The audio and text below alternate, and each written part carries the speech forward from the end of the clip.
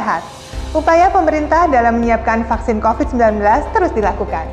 Selain penyediaan vaksin COVID-19 dengan tahapan pengujian hingga dikeluarkan izin dari Badan POM, kesiapan tenaga kesehatan juga dilakukan.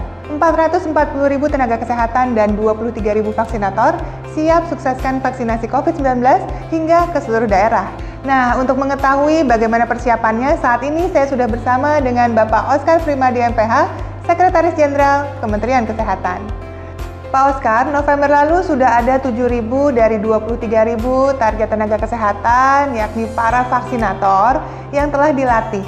Nah, boleh nggak dijelaskan bagaimana sih perkembangannya dan seperti apa modul pelatihannya bagi para vaksinator tersebut? Sampai dengan 5 Desember dari data yang saya dapat ini sudah dilakukan pelatihan sebanyak 12.408 orang untuk 21 provinsi. Nah, sementara workshop penyiapan bagi tenaga vaksinator ini telah dilangsungkan untuk 29.635 orang dari 34 provinsi. Artinya semuanya berjalan sesuai dengan rencana kita dan insya Allah kesiapan itu kita jaga. Dari sisi jumlah proporsional dari semua provinsi akan tercakup. Tentunya modul-modulnya itu kita adaptasi kepada yang selama ini sudah menjadi kurikulum dalam bentuk virtual. Daerah mana saja Pak yang sudah berhasil melakukan simulasi dan bagaimana dengan kesediaan alat kesehatan untuk program vaksinasi massal nanti? Di Kota Bogor, yang simulasi itu dihadiri Bapak Jokowi sendiri bersama tentunya dengan Pak Menteri Kesehatan. Kemudian di Puskesmas Cikarang Utara, di Bekasi khususnya ya pada tanggal 19 November. Nah, hadir di situ Pak Wakil Presiden kita, Pak Ma'ruf Amin. Artinya semuanya itu memang harus dilakukan seperti ini, baru kita tahu gitu. Ada satu persoalan yang memang harus kita perbaiki, ada masalah yang kurang ya, namanya ini pekerjaan besar ya. Tentang APD, Kemenkes juga menyiapkan untuk sosialisasi ke seluruh pelatihan vaksinator ini sekaligus penyediaan cold chain, logistik pendukung termasuk APD level 1-nya. Jadi rencana semuanya itu sudah berjalan dan diikuti dengan penyiapan pembiayaan yang sudah diukur dan direncanakan dengan baik. Selain proses pemberian vaksinasi nantinya yang tidak kalah penting tentunya adalah bagaimana kita bisa mengedukasi masyarakat sebelum divaksin.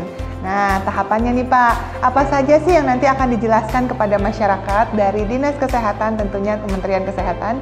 Sekali lagi, upaya-upaya ini harus sampai ke daerah ya. Teman-teman di Dinas Kesehatan, di Puskesmas, di ujung tombak di Fasiankes lah yang benar-benar menjadi aktornya nanti. Ya, kita berharap tidak semata-mata pesan yang sulit-sulit diterima masyarakat kita ya. Kalau memang bisa bersifat local wisdom ya, bahasa-bahasa daerah yang bisa disampaikan ke masyarakatnya akan lebih baik. Tapi secara umum dalam konteks ini kita tentunya sudah membuat semacam guidance ya untuk teman-teman mengkomunikasikan itu. Pertama-tama barangkali tahapan. Kita menginginkan bahwa teman-teman itu paham bahwa betapa pentingnya vaksinasi. Pemahaman kita tentang kehalalan juga sudah kita upayakan penguatan dengan Majelis Ulama Indonesia misalnya. Semuanya itu betul-betul sudah disiapkan oleh pemerintah secara dini dan tentunya akan memberikan penguatan kepada teman-teman daerah untuk dapat mengkomunikasikan dengan baik. Yang ketiga adalah efektivitas daripada vaksinasi. Itu juga harus dikomunikasikan dengan benar ya. Karena sekali lagi vaksin yang efektif itu tentunya untuk melindungi individu dan juga masyarakat dari penularan terhadap penyakit-penyakit dan juga kemungkinan mengalami gejala yang lebih ringan bila terkena penyakit tersebut. Seperti misalnya vaksin influenza.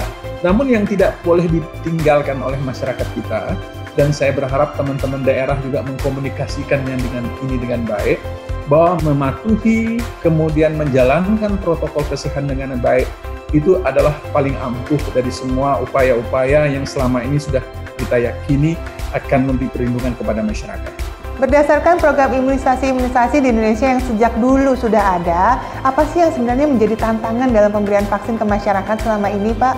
Yang pasti Indonesia besar sekali, sisi keterjangkauan, masih ada daerah-daerah yang disebut dengan daerah terpencil, kemudian daerah perbatasan, daerah kepulauan ya.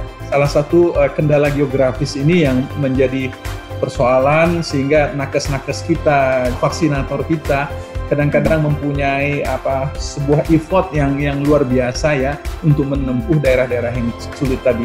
kemudian tata kelola rantai dinginnya, cold chain-nya, yang mana kita pahami sendiri kan kalau berkenaan dengan vaksin ini harus ada perlakuan khusus di dalam mendistribusikannya. Terima kasih Pak atas penjelasannya. Terima kasih juga untuk seluruh rekan-rekan tenaga kesehatan yang berjuang untuk membantu masyarakat di pandemi ini, yang sudah terjun langsung menyembuhkan pasien, hingga para peneliti yang luar biasa bekerjanya dalam upaya meningkatkan 3T. Mari apresiasi kita semua kepada para tenaga kesehatan, lakukan disiplin penerapan protokol kesehatan 3M. Saling peduli, saling dukung, bersama kita bisa atasi pandemi.